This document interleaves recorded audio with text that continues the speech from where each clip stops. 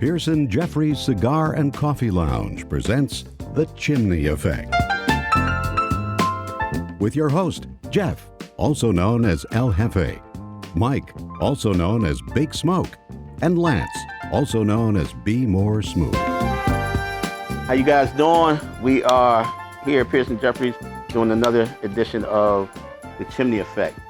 I'm sitting here with my man Big Smoke and my boy Smooth, and we are smoking the Before Dawn, a media tempo Nicaraguan Maduro, very smooth, very flavorful. We make this in several different sizes. I'm smoking the Robusto. Big Smoke, what are you smoking? I'm having a 6x60. Smooth, what you smoking, man?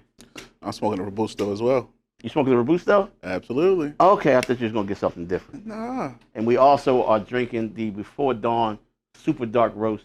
It's a 3-bean roasted coffee. I'm not gonna tell you guys which 3 beans I'm using, but it is a very, very good coffee. Not too bright, very smooth, a lot of chocolate notes, and also a lot of it's like a nice dark chocolate, low acidity, very, very good dark roast. We sell a lot of that here at Pearson Jeffries, and we are at 925 Providence Road, Seacane, PA. You can come here and buy this Before Dawn, or you can go online and buy the Before Dawn at a 10% discount. Great, great cigar. We're also, just so we're here, and we're mentioning it because we're using the same lighter, we are using the Lotus Duke. It is a 4-torch lighter, very heavy. A little bit on the expensive side for most people that want a $10 lighter. This lighter retails for $69.95, but it is an exquisite lighter, and it comes with a V-cut that's attached. Very few lighters come with a V-cut that actually works. You forgot one what thing, do you guys Jay? think about the cigar? The cigar. I love the Before Dawn when you bought it out. Yes. You and I have a story about it, a very private story, but smoking terrific. And like all your cigars, well, Maduro's not very heavy. It doesn't have a bit of taste because I've had some Maduros where you smoke them and your face is kind of cringing, and I don't want that. Or you're doing a whole lot of spitting. Well, this Maduro, man, is very earthy. It hits your palate, but it doesn't linger. It's the spice is like a soft white pepper, but it's enhanced. It's not, most soft white pepper spices are very smooth. This is smooth, but it's a chewy cigar. When you think about a Maduro, that's earthy. Wow. That's a little bit on the heavy side. This might be one of the heavier Maduros that I make here, but it is very smooth. A lot of flavor, though. A lot of flavor. Some cocoa notes, some earth, some nuttiness, and it's going to linger a little bit on your palate while you're smoking it. But once you're done, it's gone.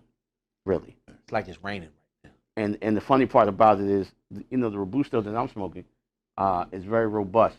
But I've already drove on it twice, and it's gone already. But the flavor is truly there. Lance, I thought you were going to get a Toro or Churchill.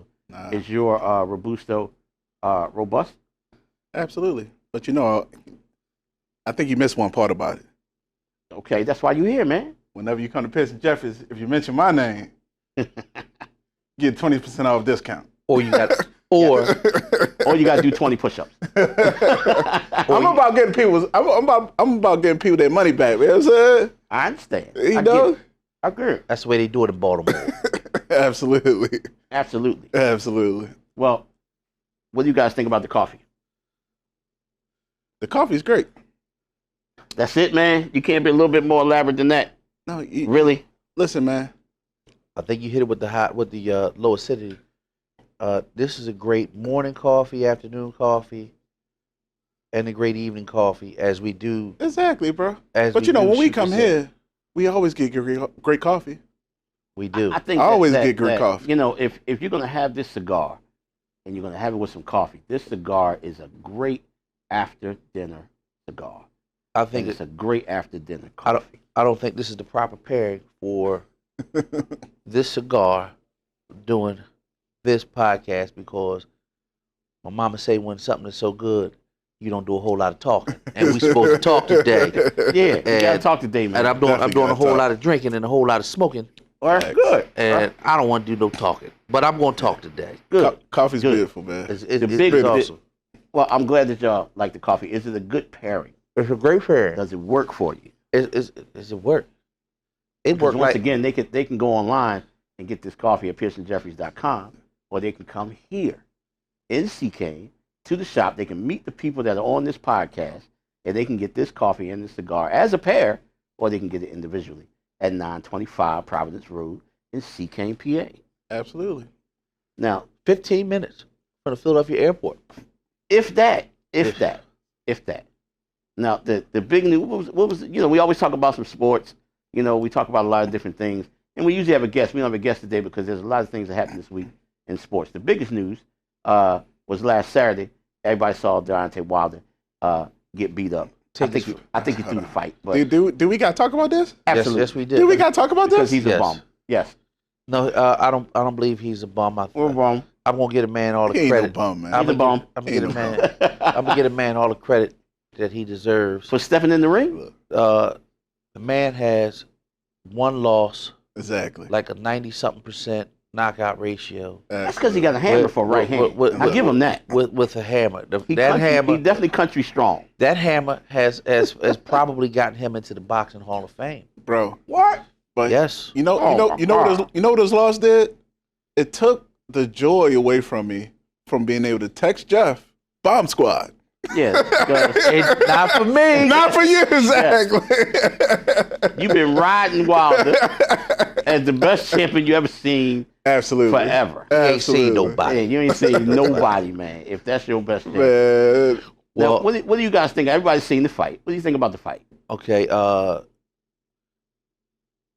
Big ups to Tyson Fury because he went in and did what he had to do. He did.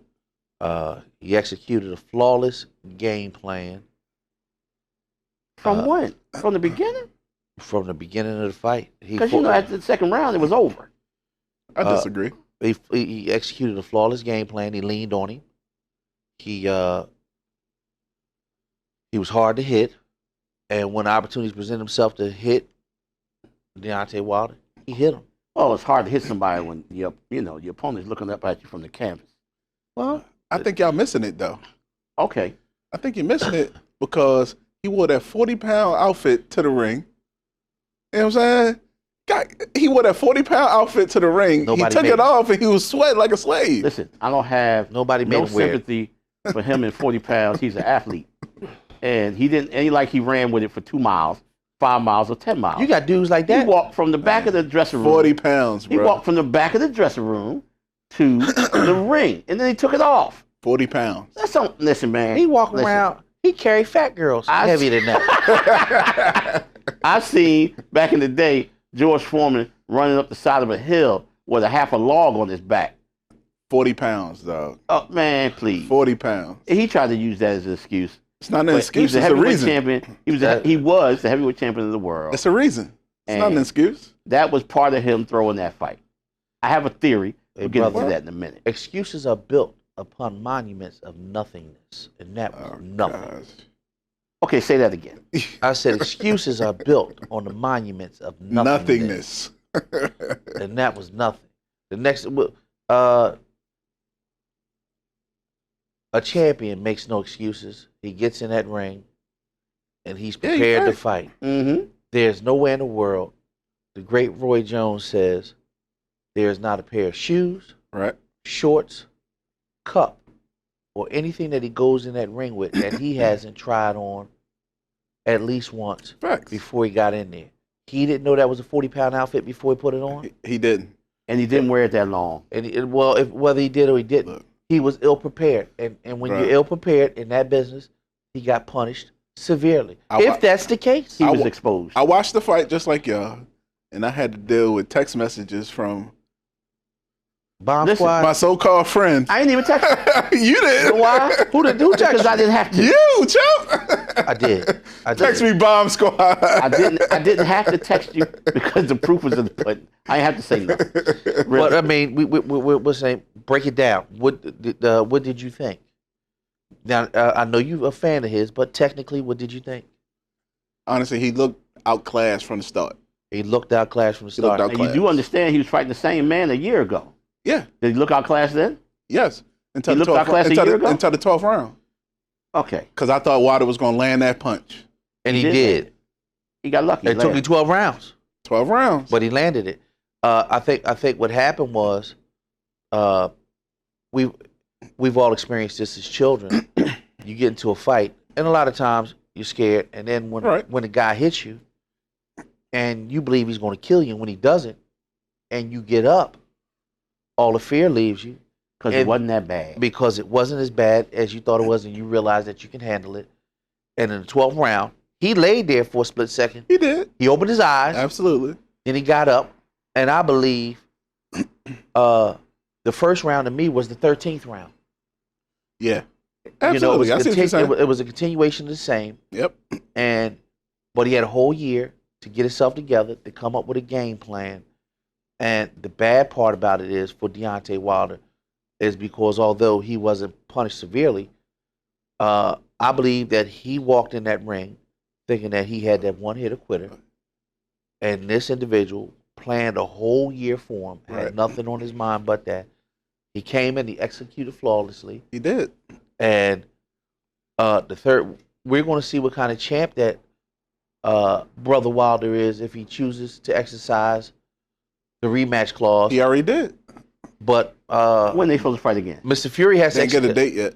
But he Mr. already Fury, exercised. Mr. Fury has exercised his Yes, accepted. yes, Right. accepted. Absolutely. He has accepted.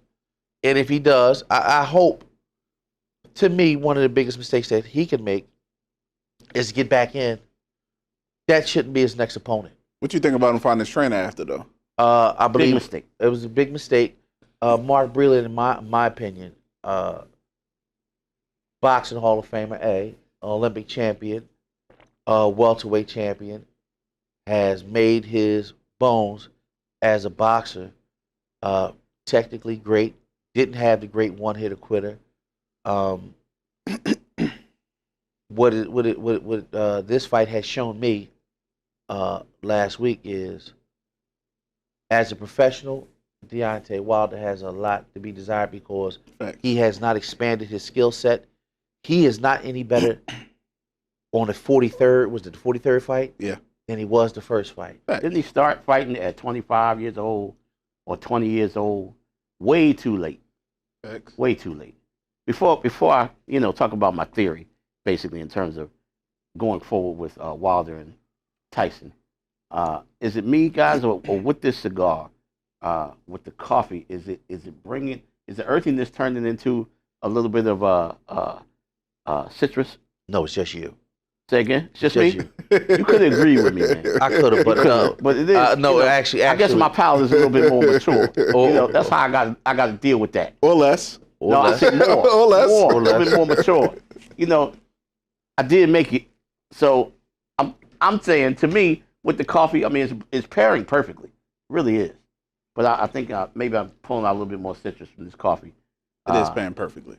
Yeah, it really is. I taste a little citrus. But say again? I taste a little citrus. Okay. Absolutely. There you go. Bit. Slow down a little bit, man. Bit. You might get it too. Oh, he smoked fast. Real fat. Big He smoke. smoked fast. He put clouds over top of his head. It was We raining smoking earlier. Robustos. He got Yeah. the 60 ring, He got and a he gonna be 60. done before us. That's why I got another one on deck. The thing about this before dawn, again, it is a very, very good Maduro, not super heavy, but very flavorful. And we do make it here in 4 different sizes. We make it in the Robusto. Actually, we're making it, 4 sizes: Robusto, Toro, Churchill, and a 6x60. And the I words haven't brought out a 7x60 yet, but it's coming. and the words of my cousins, that's the essence of smoke right there. But back to Tyson and Wilder. My theory is this: when you are in the prize fighting business, as a promoter standpoint, you only got a certain amount of time with your champions, especially champions that are old like these guys. There was a time, and I guess it still is, when in boxing where you were at your prime at 28, 29. These guys are in their 30s, Right. and they don't have a lot of fights left in them. So from a promoting standpoint, if you are looking to capitalize on your boxer, you got to try to make as much money as you possibly can with that fighter before they fade to black. I follow you, but okay, let me finish. Let me finish. All right. If you're talking about these two fighters, we got another champion that's in London. Is he in London or is he? Where is he at? Joshua. Okay, yeah. London. We're talking about hey, Britt. we're talking about Joshua. Now, follow me on this. If you have, let's go back to the beginning. First fight. If Wilder would have won that fight, there was no place to go with him and Tyson Fury. You know, Tyson's from London as well, basically. So there's no place to go if he won. But in the first fight, in my opinion, Wilder lost. You have two guys that are fighting. You got a champion that's killing everybody. And he knocks this guy down twice. In the 12th round, it looked like he killed him. The guy gets up, and it's a draw. And the champion doesn't even contest it because he got beat up. So you got a draw now. In the second fight, the only way to go is for Tyson to win. The only way to go. Because from a promoting standpoint, if you're looking at where all the money is in the rubber match, the third fight, if Wilder wins, there's no place to go. Well, bro, you think people throw fights? Do I think people throw fights? No, you do. I'm saying you do. I know people throw fights. And I say they don't. Okay. Well, you entitled. You entitled. I'm in agreement with You agreeing to him? I'm in agreement with Smooth. I have to be. Okay, but hold it. Now, if Tyson doesn't take that rematch right away, first time ever agreed. First time ever, bro. Well, it's the first time ever. It's a shame that we're not doing it in private, really. But if you have a champion that goes, home and beats the current champion over there, he has now unified. He is now unified. And now you're talking about a mega fight with Tyson and Wilder. And from a promoting standpoint, it doesn't matter who wins at all, as long as they buy the fight. And you're talking about a mega fight. That's just my theory. Okay, that's a great theory, and actually it worked out that way. I believe it didn't matter who won. Absolutely. Either way, they could fight. They could put a chokehold on it and fight down at the Spectrum. That's not even here.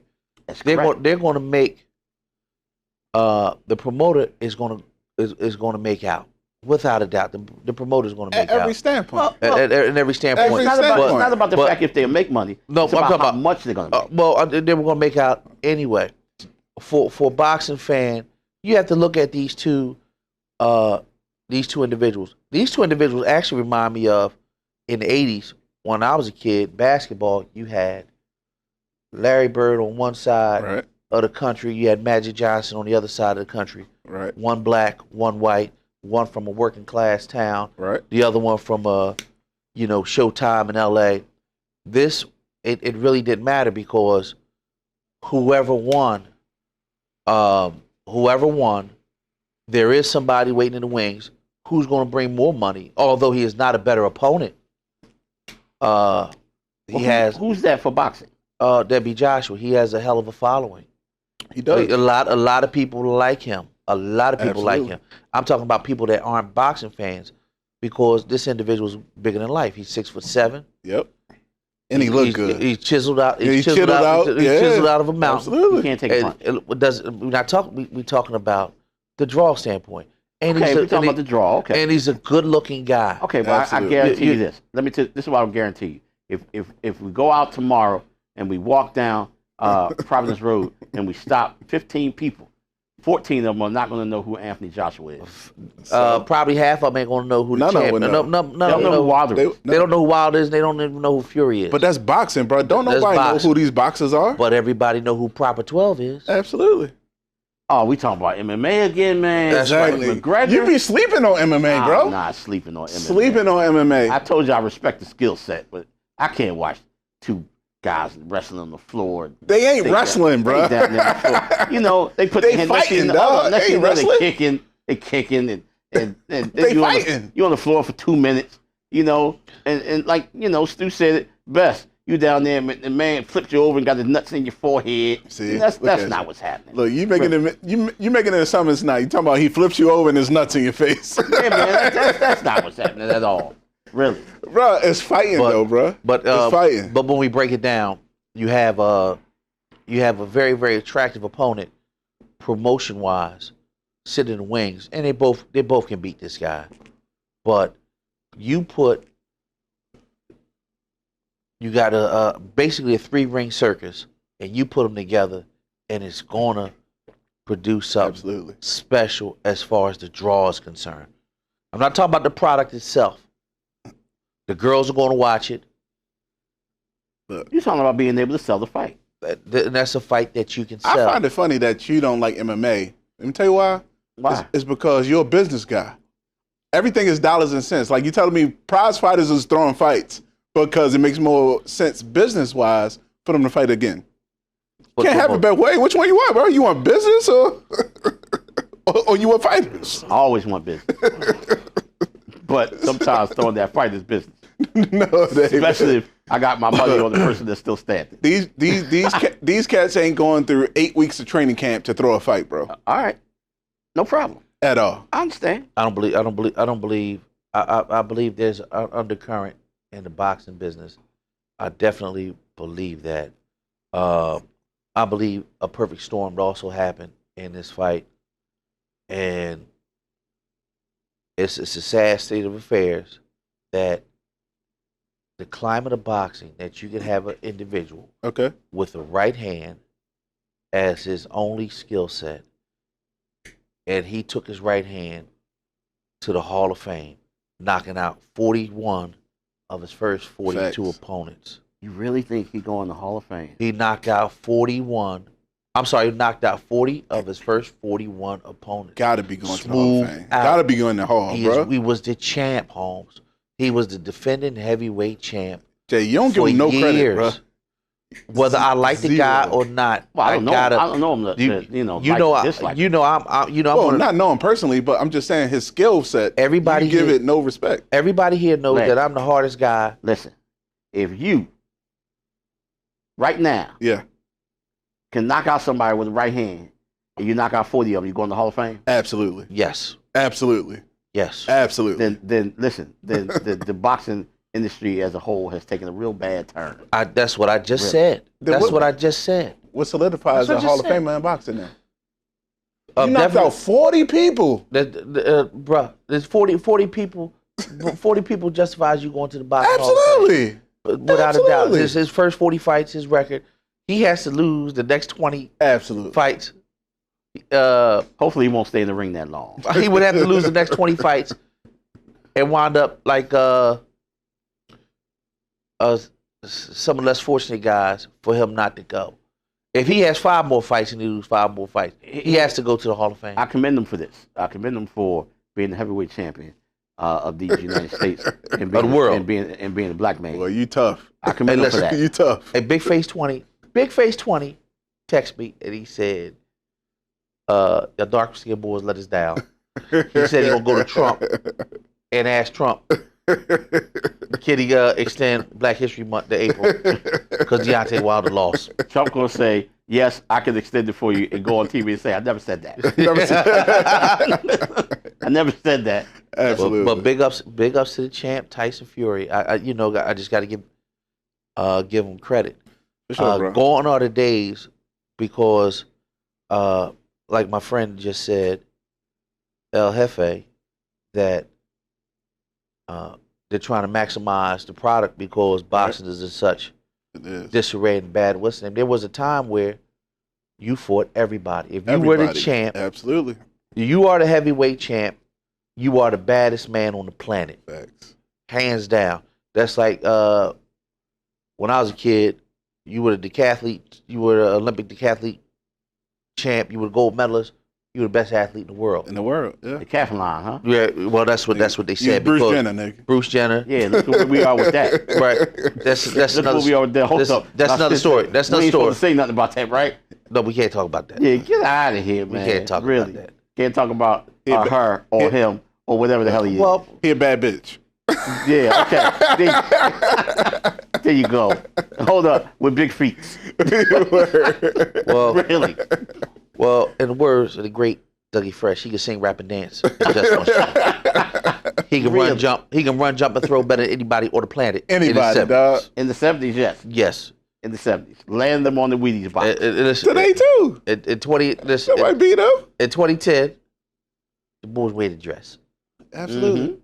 Imagine that. If I told you 10 years ago, if I told you 20 years ago, and this is how funny it is. If I told you 20 years ago that in 2020, OJ would be free and Bill Cosby would be locked up, Yes. Crazy. you probably called me crazy. Hold up. If I told you 20 years ago that the best rapper would be white and the best golfer would be black, You know what? I got a question for you on that. okay. How the heck did Bill Cosby be able to respond through social media? He in your prison. He didn't, man. He didn't. Somebody's in charge. Talking about Harvey Weinstein. You know, Bill Cosby releasing press statements, bro. I didn't hear that. Yeah, that's what they say. That's what they He say. releasing press statements from prison, bro. Yeah. Well, you know, he is Bill Cosby. Really. But I ain't talking about that. Y'all gonna be upset. He gave the sergeant on the block, go tweet this for me. Go Absolutely. tweet this for Hold me. on. And Just use, joking. And use my phone. Yeah. Use my phone. I can't see the buttons. Nope. That's funny. Yeah. I never saw him do it. Dog, he released a statement, bro. How you in prison and releasing statements, bro? Cause somebody had said it was his account or whoever's in charge of his account. Somebody had it. Yeah, well, somebody's Yeah, in charge of had his it. account. Somebody, Absolutely. you know. But that's that. And Yeah. big ups to the champ, But what y'all think about Harvey, though? Harvey Yeah. Weinstein. Yeah, Harvey Weinstein is in trouble. absolutely. He's in trouble. He's in Rikers Island right Look. now. He is definitely not enjoying the Hold on. comforts of home. But Bo be going to jail with a walker. Did you see him take him out of jail? They took him out without that walker. Took a ride with his He walked out without that walker. He said, "Time to straighten up." Absolutely. I got to go in here and show them what I'm made of. Really. I can't use that walker. There is no Exactly. nice parts in Rikers Island. No. Not even a Oh, little none. bit. None. Not even a little bit, man. Harvey Really? Weinstein is jailing. Just like Oh. Cosby. Just Jailing. like Cosby. Absolutely. Just like Cosby. People forget Absolutely. that Dr. Cosby is from Richard Allen, Yes. and that Richard Allen came out of him in the joint. You just called him Dr. Cosby. Right? That's right. I'm gonna call him Dr. Cosby. Listen. He's that's a his G. name. He's His a title. G. He's a doctor. He's a doctor. Ain't nobody take it from him. Okay. No. Dr. Fair enough. Cosby. Nobody can take it from you. You can't That's a take fact. that away, man. You can't take that away. Absolutely. Can't take that away. Absolutely. No matter what. Can't take it away. Absolutely, bro. He's Dr. Cosby. I'm gonna say this because the dude is retired. When I was at work a couple years ago, I was working down a hole, and we had one of those priests from the scandal. It was two of them. Oh, and a Catholic priest? Yeah, one of them, one guy, he didn't touch him. He just took orders from the cardinal, and the other guy actually touched him. And what happened was, everybody gave the guy that didn't touch him a hard time, but the major, not the major of the guard, the other major, was calling the guy doctor, whatever. Mm-hmm. And the officers were upset because of the type of case that he had. If they can walk around and call that guy doctor, I can walk around and call Dr. Cosby, Dr. Cosby. Fair enough. And I'll stand to and by that. That's true. But bro. That all is true. comments that I say is not do not represent the Pennsylvania Department of Corrections. This is my opinion, my opinion only. Without a doubt. I do not represent them. Okay, well, So- what do you guys think about? I just read, actually, just last night, that Tony Romo just got a contract to be an analyst for CBS over 4 years, $17 million. What do you think about that? I mean, in my opinion, it's well deserved. You think? I'll say it's well deserved. However, it just leads me to the fact that the NFL guys need to drive a harder bargain with the owners From a player standpoint, from a player standpoint. Absolutely. you know, over his career playing, He made 127 million. Absolutely. Did he deserve it? Yes. Really? Absolutely. Okay. To me, I never say a player don't deserve something. That's because you played the game.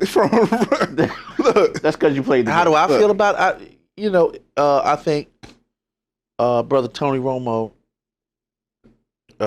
took advantage of the market. mm-hmm. That's what quarterbacks were getting paid. He capitalized. He capitalized on the market. It's just like we talk about Catfish Hunter Right. in 78, 79 when he won 29 games. And I think he told me he pitched, I think it was like 30 or 40 innings But that bro, he didn't pitch. Now, if he would have pitched in today's era, he'd be worth $30-40 million a year. But it's just the era. okay. The beef is NFL owners is making all this money and it's not being reciprocated back to the players.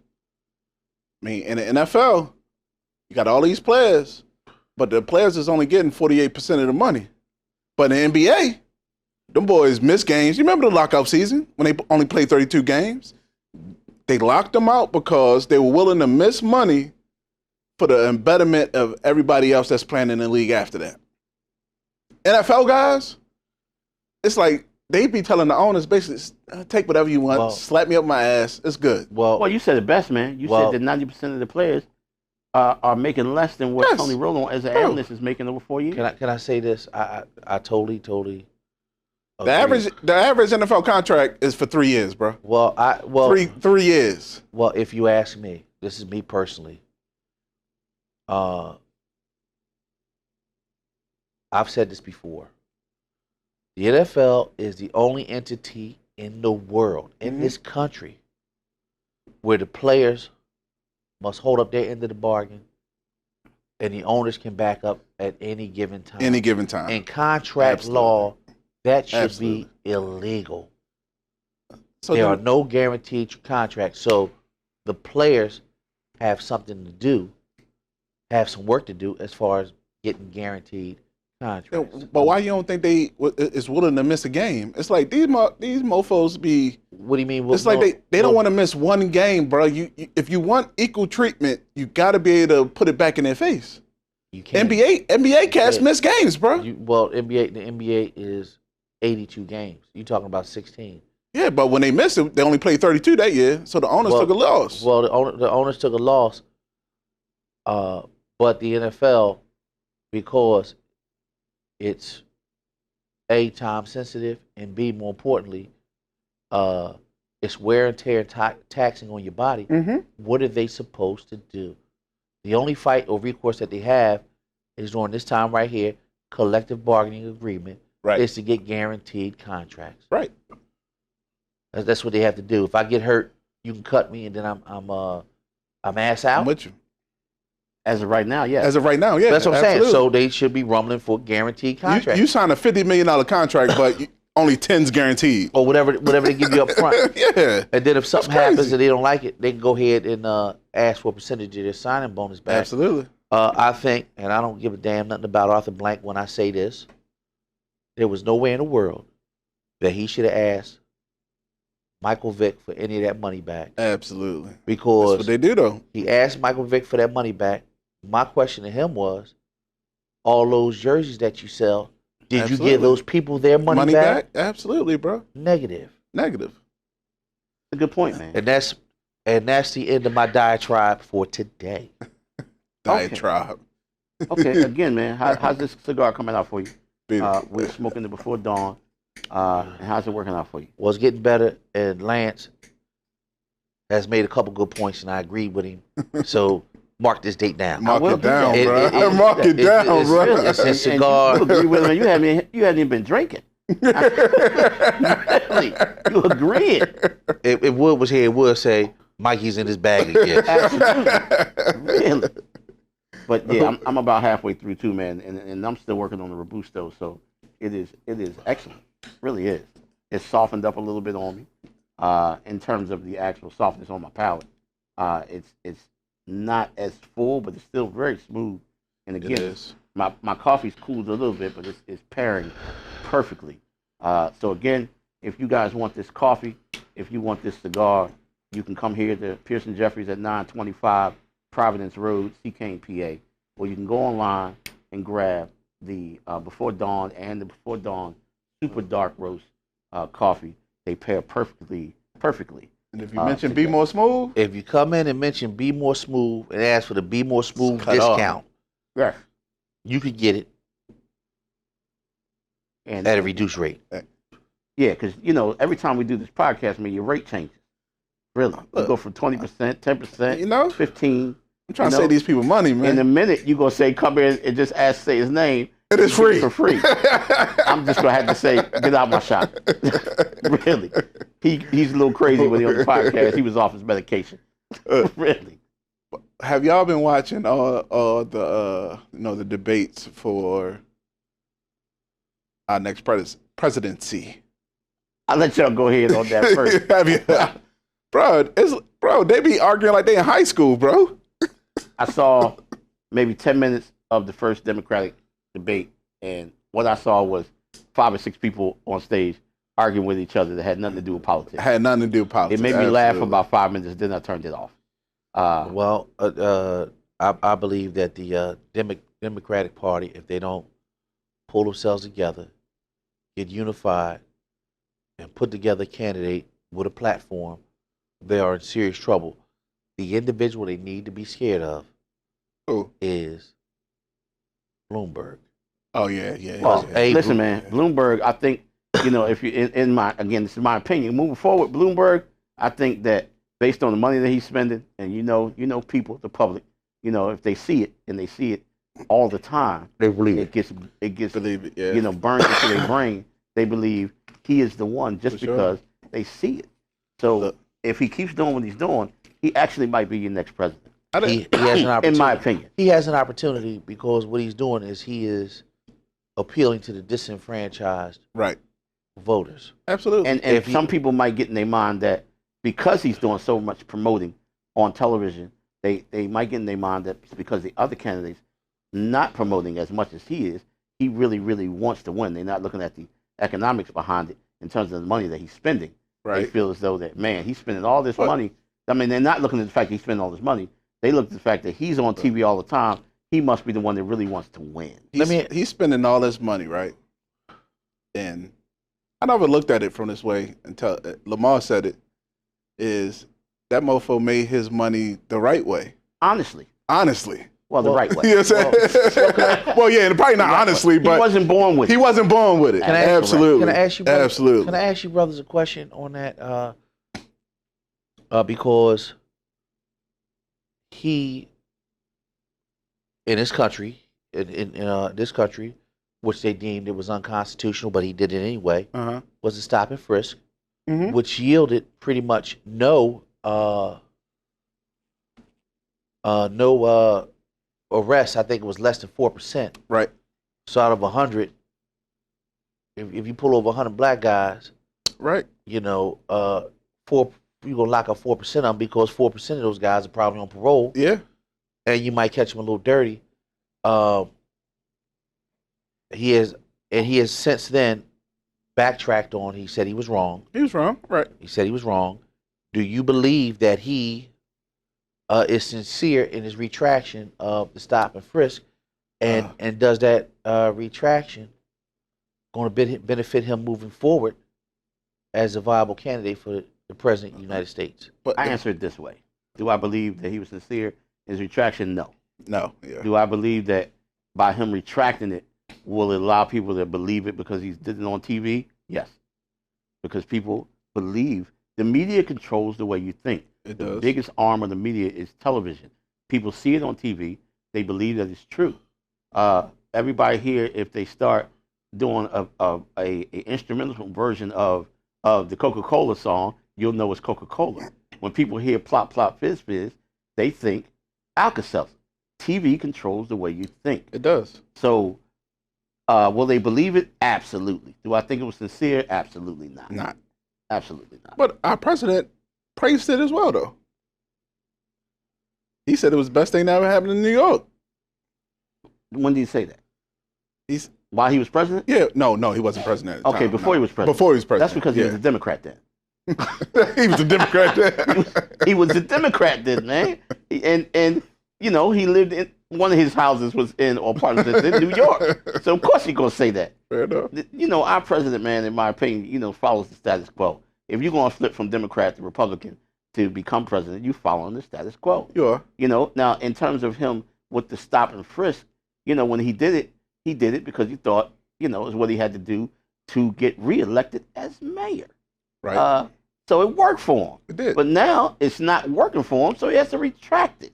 You got to go with what works basically, and it works. That's public. That's politics in my in opinion. general. That's politics. That's man. politics. Yeah. I call it the politricks. That's what it is. It is absolutely. And people believe it, but absolutely. it is what it is. Really.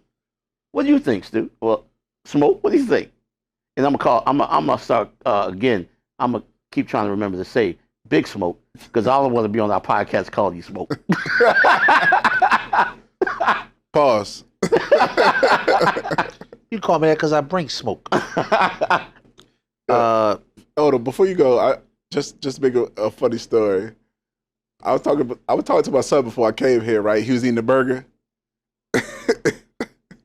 He looked at me eating his burger and said, "Dad, this burger's good, but it's too big for me to get my mouth around it." You said pause. I said, "Son, pause." And he probably looked at you like, what? What? Why you want me to pause? That's what you say, that's good. You're supposed to respond just like that. Really. Did he say that was a tasty burger? That's funny. Crazy. Okay, the question was, what was the question? The question that you asked was he sincere when he said it? I actually don't believe that it was sincere. I don't know if it was sincere or not. I'm gonna tell you the truth. You try to put, when you talk about making public policy, right? You try to do what you think is best, mm-hmm. and the carnage that happened from his policy hurt a lot of people. It offended a lot of people. Oh, facts, yeah. It was aimed at a segment that he is now trying to capture. Facts. And if he could see the future, I'm pretty sure he would have never done that. Well, at that time, man, he had to appease the. I'm gonna say it like this: he had to appease the majority. That's what he had to appease. Right. And that worked. Yeah, it did. It worked.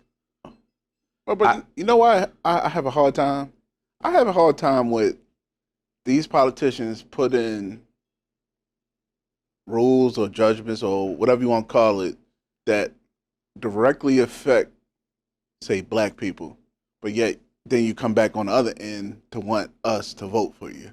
Yes, that's because at one time they needed to work on this side, and now they're on the other side. They need to work. They need to get reelected, man, or to get elected.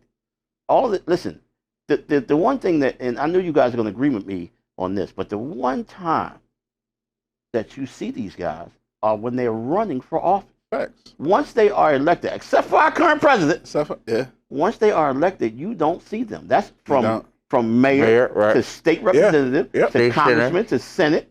You don't see them after because they don't need you anymore. Right. They have their office.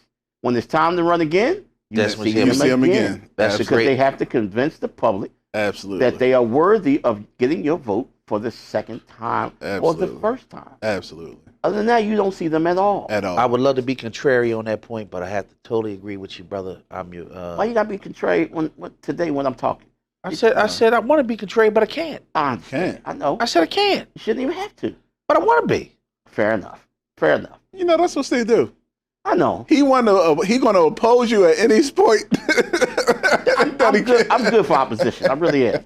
I am. I'm good for opposition. No. Even if I agree with you, I can't agree with you. I can't agree with you. Absolutely. I have to give you the other side of that. Absolutely. I get it, but we don't, man. You don't see them. No, you don't. You don't see them unless they're running for office. You don't see them. Who's your state rep? Where? Here? Around here? I have no idea. Who's your state rep? I have no clue. That's his point. My point, bro. Yeah, that's his point. I don't know who my state rep is. Absolutely. I know who the mayor of Yaden is. Why do I know that? Because he comes here. Because he comes to Pearson Jeffries at 925 Providence Road. I just have a problem voting for people that I know put in laws that directly affect brown people, and then I got to vote for you. Like that that hurts my heart. Well, if you ever look at an actual bill, and I'm not saying that you haven't. Right. Oh, I haven't. But the law itself that they probably pushing forward is most likely the smallest part of that bill. And then there's 1,000 things in it. So many other things that takes a lot of compromise. You could have a gun law, brother. You could have a gun law, and then they'll have something with bridges in it. They'll have something with schools in it. Yes. It has that bill will have so many other arms to it. Take stop and frisk, though. Take stop and frisk, right? Yes. Okay. Take stop and frisk. There is nothing in there that say you should only stop and frisk young black males. However, stop and frisk was only targeted towards young black males. So what's your it's point? nothing. It's nothing in there for them to say don't stop and frisk a white kid. Can't be. It can't be. Well, can't be. Well, but that's how they exercise it, though. So, where's your problem lying? My problem lie at you exercise this quote unquote law, bill, whatever it is, only against one group of people. Let me say this. That would be the police's problem. Well, let me say this also. Right. Now think about this now. We're not there every time they stop and frisk. We hear about stop and frisk, especially when it goes bad, but where do we hear about it? On TV. On TV. We get what they give us in terms of information. So when you hear about stop and frisk, I'm sure there was a lot of white guys that would stop and frisk. All right, then they're not in the statistics then. But not even in the stats. But when you see the black people being stopped and frisked, you see that especially when it goes bad on the news. Absolutely. So the public at large is seeing stop and frisk is only for black people, and it's because and it's for the bad black people. See what happened? They stopped and frisked these people. They had 18,000 pounds of weed in their trunk, or they had 4,200 guns underneath their seat. That's what we hear about. But the stats say legally, that white people sell just as many drugs as black people. More. All right, so more. A lot of them have MD behind their name. You know what I'm saying? Yes. So MD. But they not in the statistics. The stats say that we're the only ones that get pulled over and stopped and frisked. We want to go. You can go a little deeper. We probably have to do it in the next podcast. But that MD drug dealer, he's going to be protected. He's making pharmaceutical companies. Pharmaceutical company. Pharmaceutical got some of the biggest lobbyists on the planet. Lance, you focusing on the wrong shit. I'm focusing on the wrong shit. Today, not today. Hold up. How's your cigar working out for you? Good. Because we sitting here and we enjoying some great cigars, great coffee, having a great conversation. But I want the people that are going to watch this podcast on YouTube or listen to it on WBNC to understand that we are sitting here having some fun, and our opinions here on this show is not everyone's opinion. Absolutely, it is truly just our opinion. Just our opinion. And I wish that you could actually be here and enjoy and relax and sit back and enjoy a great cigar and great coffee. And if you want to, come to Pearson Jeffries. We are here. We're here every day, and we can give you everything. And when we here, this is what we talk about. We just shooting it up. We get a little deeper. We get a little deeper. We're being a little more politically correct. So let me ask you a question. Since this is the end of Black History Month, I just time-stamped it, and you brought up a very, very good point. Most of these laws and these, I'll call them diplomats and statesmen. Mm-hmm. I don't like to say politicians, because once they get elected, they're representatives. Most of them don't look like us. Facts. They are passing laws and public policy that affects us. What do you think that we can do to put an input as far as making them and how they're affected? I'll give you my opinion. First of all, you're talking about taxation with a representation. 20? In a sense. Secondly, the only thing that we can do as a general public is to vote. To vote. Politics works great, in my opinion, on a smaller scale because you can see the change happen immediately. And vote on a local level. A lot of people just wait to vote until there's the primary for like presidency. Yes. But these people that's getting in office, your senators, your House of Representatives, that's what you should be voting for. Well, a lot of people also vote, man, because they are a Republican or a Democrat because their parents and their grandparents was a Republican or a Democrat, and they're not getting into the party or the issues at large. So they believe my grandfather was a Democrat. So I'm a my Democrat. grandfather was, my father was a Democrat. My mother's a Democrat. So, if you get into the actual issues of politics and, the opinions of large, you might become an independent. You might switch. I'm just saying, if you're going to vote, find all the information that you can, especially about the person that you are going to give your precious vote to. Absolutely. Because that person is supposed to be representing you in government. Absolutely. And politics is a business. It is. It is. Unfortunately, it's a business. It is a business. Well, the government's a business. Well, if you look unfortunately, if you look at historically, some of the movements that have happened in this country, especially in the last 100 years, I believe Marcus Garvey had it right when he's talking about collective economics, and you pull your money together, and get a little deeper. Through that money, you hire people to go and lobby your point and your support, because when you go with a certain amount of money, you say, I have, in this state, in this area, I have 50,000 people that think this way. And the word that will come right after that, where he is going with this, and correct me if I'm wrong, but what you have now is influence. Influence. That's the only way you have. That's the only way you can do it. I don't care if this community, everybody puts $10 together, and they come up with $20,000, and they go to a guy that's about to run and say, here's this $20,000, and this is what we want to see happen. We're going to get you elected. This is what we're going to go see happen.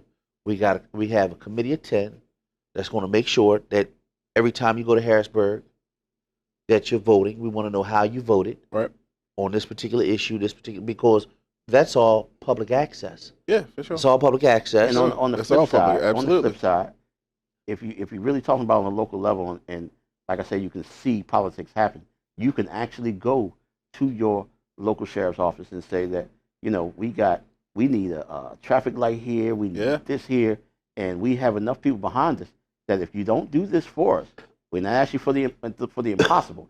We will get you voted out of office and put someone in that can get these things taken care of, and they will react. Yeah, for sure. They will react. They just reacted to my good friend, the former sheriff of Philadelphia, Joel Williams. Some people had a problem with his behavior, and they removed him. From the deputies that I've talked to, was one of the best. I've talked to a deputy that had 30 some odd years in the sheriff's department. Good inspector, great man, and he stated that it was the best sheriff that he had ever seen. He was for his deputy, for his department, had moved him forward, got him more training, got him more opportunities to shine as a department, and they did some great things. And his work was overshadowed by some of his decisions that he made personally. What'd he do? He had some decisions that was. He's a friend of mine. What was her name? No, hold on, back up, brother. He's a friend of mine, and I was one of his biggest cheerleaders. He was a state rep. He was a cop. Did some years as a state rep, and then went back for 2 terms as Philadelphia sheriff, and really moved the sheriff's department forward. Now, this lady has inherited a department that's on the rise, and she's going to get a lot of credit for a lot of the footwork that he did. And if she doesn't do anything, all she got to do is not mess up, and she's going to shine like a diamond. That's like Trump. He's still riding on a lot of stuff that Obama did. It takes, but nobody give Obama the credit. They give him the credit. And we're gonna go back to President Bush. Believe it or not, President Bush, when that fall happened, that wasn't him. That happened under Clinton's administration with deregulation and everything else. Deregulation, deregulation happened. It happened. But in his second term, in Bush's second term, he allowed some of the big finance companies and banks to basically do whatever they want. But the actual deregulation that started all was started by Clinton. Yeah. But the mishaps, the allowing the public to buy houses with their signature. Crazy. In the words of a great realtor that I know, she was selling houses to people that couldn't put French fries on their way. Couldn't put French fries. Now, Couldn't put French fries on their way. They getting houses. Ray is going to probably edit this out, but how much time did he just say we have left? 5 minutes. Okay, we got 5 minutes left. Okay, but you're right. 5 minutes of funk. You got you had people that were making a modest living and buying $500,000 houses. Right, why? Because the bank said they could have it. Interest only. Interest only loans. Can you do me a favor? No documentation. Can you do me a favor? No money down. I got one favor. Yes. Let's not talk about houses, man. Yeah, okay. I get sentimental, man. You're going through a little. I'm going through something, man. All right. We won't talk about that. But we're gonna skip that. Just to lighten it up before we change to another subject. I got a little joke for you. I heard this joke about a week ago. I thought it was pretty funny. Here's the joke. What do you call a black man chased by 100 white guys? No clue. President Obama. Tiger Woods. Tiger Woods. I heard that joke. I thought it was pretty funny. Okay, there you go. Yes, boom, boom, right? Absolutely. That was pretty funny. Really was. Now, so we winding down. Say again. We winding down. Well, where we at? Where we at? Where we at with what? Pearson Jeffries. Well, 925 Providence Road. 925 Providence Road. You could have said that, man. If you want a discount, bring up Be More Smooth. Be More Smooth. Absolutely. I got you. Okay. All right. But and it's very, very gracious to Be More Smooth because any discount that you get the next time he comes in, Jeff's gonna make him pay for it. Absolutely. Don't get it twisted. All the discounts that you receive will be paid for. It'll just be put on somebody else's tab. Shit really ain't free. It'll be on Be More Smooth tab. Absolutely. On Smooth's tab every day. All day. Word. Really. Word. But on a lighter note, who we got coming up next? I know actually there's a fight tonight. Isn't there a fight tonight? Danny Garcia fight tonight, right? Danny Garcia's fighting on what? The Zone? The Zone or something like that, yeah. Okay. He's fighting on The Zone tonight. I mean, who's he fighting? I don't know. I never heard of the boy. Okay. The great Leon Muhammad said he's the worst boxer in Philadelphia. Then J-Rock got knocked smooth out by nobody. Smooth out. Really. Smooth got out. Beat up and knocked Brought it out. all home, man. We all hype. And My question man, that's my man. You still got the app? Absolutely. Then we watching it. Absolutely. Hold up. I got it legally. Just telling everybody, I pay for the Zone. We still every watching month. it. We still watching We it. can watch it. We can watch watching it. We winding down. Ray, you got anything to say? You ain't got nothing to say, Ray? Come on, man. You want to Come on, chime in Ray. here? Come on, Ray. Say something. Ray Rhythm. Ray Rhythm, man. Come on, Ray. Come on, man. Hey, man. It's been Nothing? Okay, man. It's been a pleasure talking to you guys. Absolutely. Another week, man. We ain't talked about 3 weeks now? No, it's only been 2 we saw you last week. Yeah, it's only been 2 weeks, man. We saw you last week. We just missed a week. We just missed, but we ain't talked. Listen, We did talk. Dog, I ain't seen you in a week, Bomb bro. Squad. And you want- That's all I had to say. If you want See? a great cigar and you don't have them, come to Pearson Jeffries because we got them. We're at 925 Providence Road, Chimney, PA. Zip, if you want to look it up, is 19018. Message. Or you can go online to PearsonJeffries.com and you can find everything. Go to Facebook under Pearson Jeffries. You can see the events that we've had. You can look at these cigars and you can come out and see us. We have a nice, warm place, great atmosphere. You'll meet some great guys and you'll have some great conversations. Thanks. We out. We're out, people. We out. The Chimney Effect has been a presentation of Pearson Jeffries Cigar and Coffee Lounge, located at 925 Providence Road in Seacane, Pennsylvania. You can also find us online at pearsonjeffries.com.